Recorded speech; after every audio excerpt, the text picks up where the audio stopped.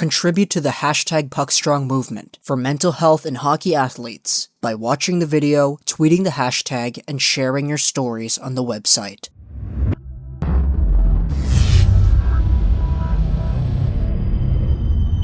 Before we get things underway, I'd like to make a few apologies first. First off, I'm in America. I'm here with my family in Tacoma once again, so if you hear car noises outside, I apologize for that. Secondly, because I'm in my certain stance of predicaments right here, I'm in the car, and I'm lying down sideways in the back trunk of our minivan sort of thing, just so I can get a good angle that doesn't really screw up my voice. So if you hear any weird echoes around there, like you're probably going to be hearing throughout the entirety of this video, I apologize for that as well. Thirdly, it's really hot, so my goodness, the windows are open, so once again, car noises, if you hear them, I can't take those out. I'm sorry. But in this video, I wanted to talk about the Montreal Canadiens, and in particular, who exactly are the Montreal Canadiens going to draft? And this has been a question that a lot of people have really started stirring up a little bit more controversy about in the past few weeks. Obviously, going into the draft lottery, the consensus 1, 2, 3 was consistently Dahlin, Svechnikov, and let's say Zadina for the majority of the time. There were a few people who had Tkachuk higher than Zadina. There are a few people that had Veleno higher than Zadina earlier into the season, but as things progressed, it was mostly Dahlin, Svechnikov, Zadina 1, 2, 3, Montreal, of course, with the 3rd overall pick in this year's draft. But now, things are kind of different, because this big Galchenyuk for Domi trade has really sparked even more controversy amongst Montreal's idea of going forward, and their whole plan in general.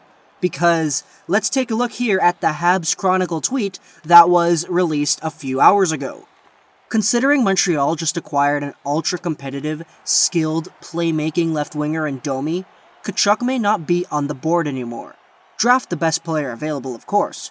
But since the players around 3 are so close, it's now probably between Kotkaniemi, Hughes, or Zadina.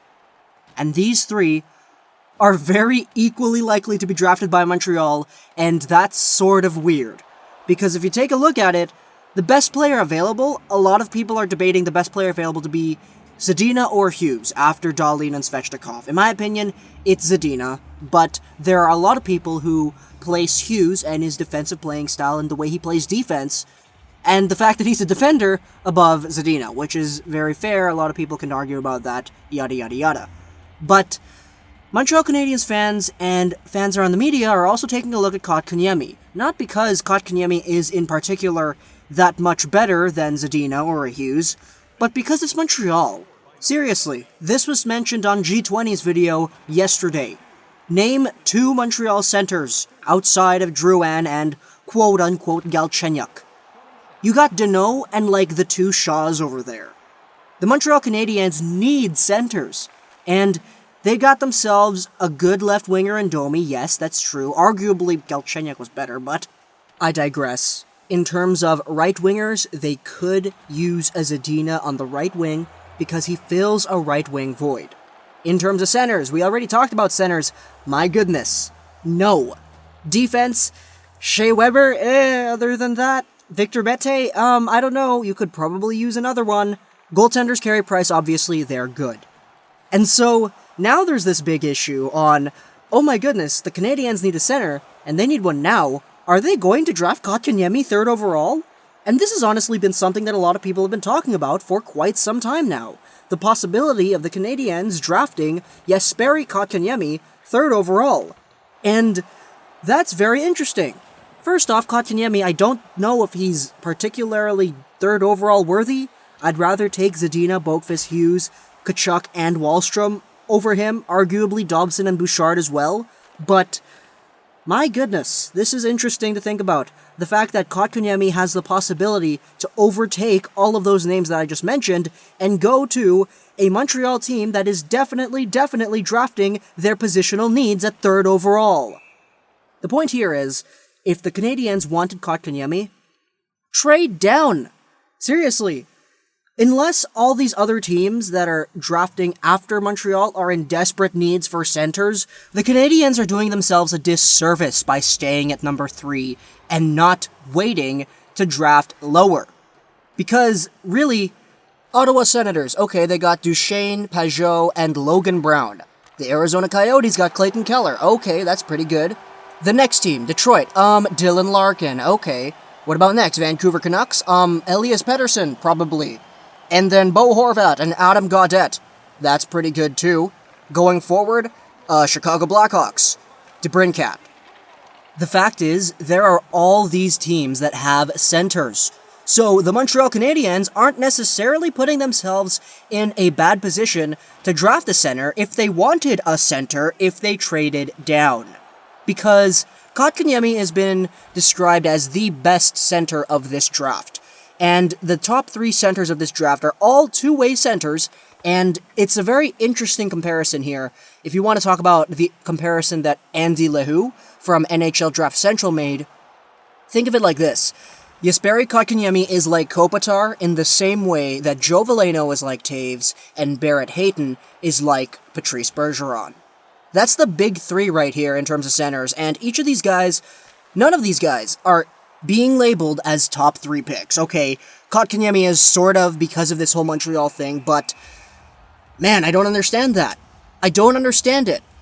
Tkachuk, as said in the tweet, is probably not going to Montreal because they have left wingers and everything. That's good. Zadina, okay, if Zadina goes to Montreal, that is the best player available. I'm okay with that. Zadina fills a role that they have, and it's all good because he's the guy that everyone was expecting to go 3rd overall. He's the 3rd best player in this draft, arguably. And if Quinn Hughes goes to Montreal 3rd overall, oh boy, that's a risk, but it's not that big of a risk in comparison to Kotkaniemi, nor will it make a splash on the hockey world like Kotkaniemi will. We've seen some interesting 3rd overall selections made in the past. Remember when Pierre-Luc Dubois was drafted ahead of Puljujärvi? Yeah, that was huge. Then we also got last season, where Heiskanen was taken over Makar, even though Makar was dubbed by many to be the best defenseman in the draft. So obviously there are some interesting situations that happen with the 3rd overall pick. Kotkaniemi is not in this realm, because Kotkaniemi is a guy who's being projected to go in, let's say, the late 10s, early preteens. So this is way different. Heiskanen was probably projected to go like 5th or 6th. Pierre-Luc Dubois was projected to go like 4th. So this is completely different, and it's something completely out of the ordinary from what we've seen before, a complete aberration from what we're used to. And it's kind of weird, because I can totally see this happening. And everybody else can too. And what's even more interesting is the fact that if Kotkaniemi does go 3rd overall, you know the Canadiens are playing him right away. They need centers right now, and Kotkaniemi, if he falls to Montreal, which, let's face it, he's not getting drafted 1 or 2, he'll obviously be there. If he's there and he's drafted, he's in the NHL next season, no questions asked. And that's kind of weird. I don't know if Kotkaniemi personally is ready for the NHL, but if he gets drafted by Montreal, he better be, because he's going to be played. And that's just such a testament to how Montreal is mismanaging their team, in my opinion. Of course, if they draft Zadina or a Hughes, Zadina makes the NHL year 1 because I believe he's capable of that. Hughes stays at Michigan for a year or 2, then he comes to the NHL after. If they handle their assets properly like that, then okay, this video is dumb. This video doesn't mean anything, and it's completely pointless, and I'll admit that I was wrong. But there's still a fairly prevalent possibility that they draft Kotkaniemi, slot him right away into the NHL, and completely ruin his development. That is kind of scary. And if he is going to be like Anze Kopitar, I don't want to rush him. Please, Montreal, get a center another way, or trade down and get Kotkaniemi in like the late 10s.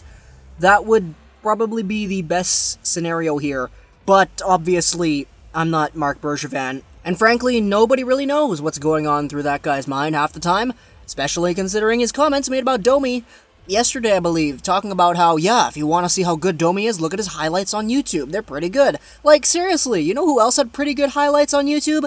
Alex Galchenyuk. Literally every NHL player ever has a highlight package on YouTube that probably looks pretty good. So I don't even want to question the logic here. He's just a general manager doing what he believes a general manager is supposed to do. what he believes. So, that's basically my take on it. Montreal, please trade down or take Zadina. That's probably the best course of action here. If you take Kotkaniemi 3rd overall, my goodness. Slot him in right away into the lineup, my goodness. Yo, what's going on here? Hope you guys enjoyed this video. Plus, National Rules like Gaming, and bye.